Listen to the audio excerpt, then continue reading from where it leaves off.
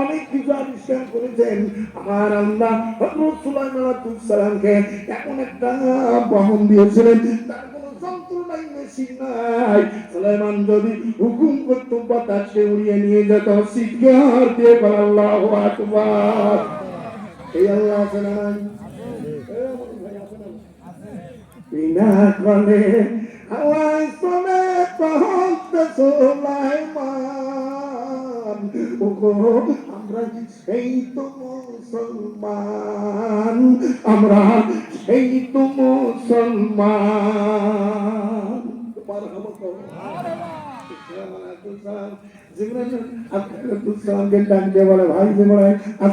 তুমি আমার সাথে আলাপ করো।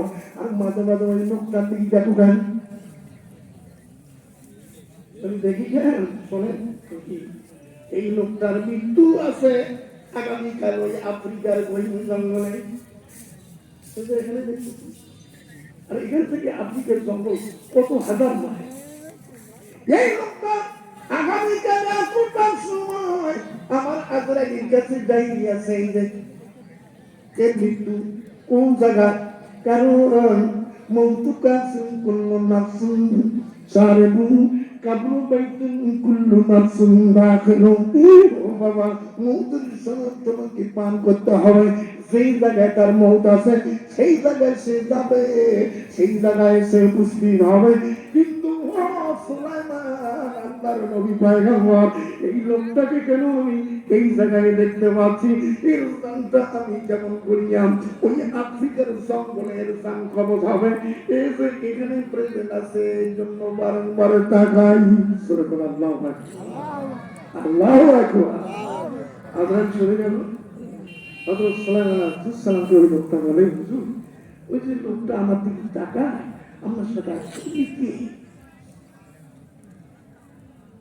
বলে উনি কে, পরিচয় নেবি? আরে ওই আজরাইলের চেহারা দেখে রে বান্দা হইবি যেদিন বেকার আর ও নিদান কালে রে, এ তোমার দুনিয়াতে অন্ধকার। সে তো নামে আজরাইল, হুকুম পেলে তোমার আমার জান করিবে বাহি। আল্লাহু আকবার।